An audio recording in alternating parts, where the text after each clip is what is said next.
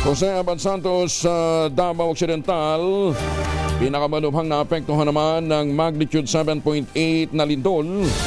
Detalye ng balita mula kay Jun Soter mula sa Action Roger ba? May butag mo, Jun.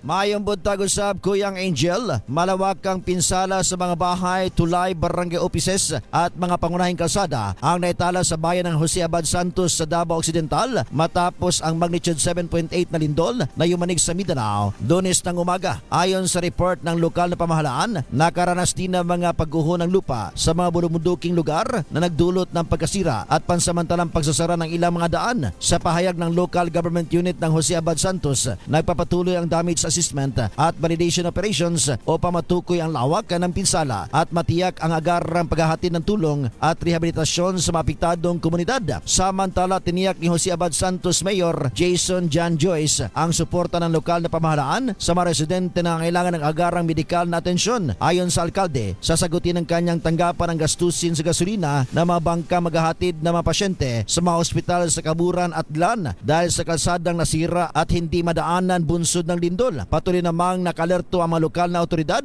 habang isinasagawa ang mga operasyon para sa kaligtasan at pagtugon sa pangailangan ng mga apektadong residente. Ito si Jun Suter para sa DZRH. Una sa Pilipinas, una sa Pilipino. Daghang salamat.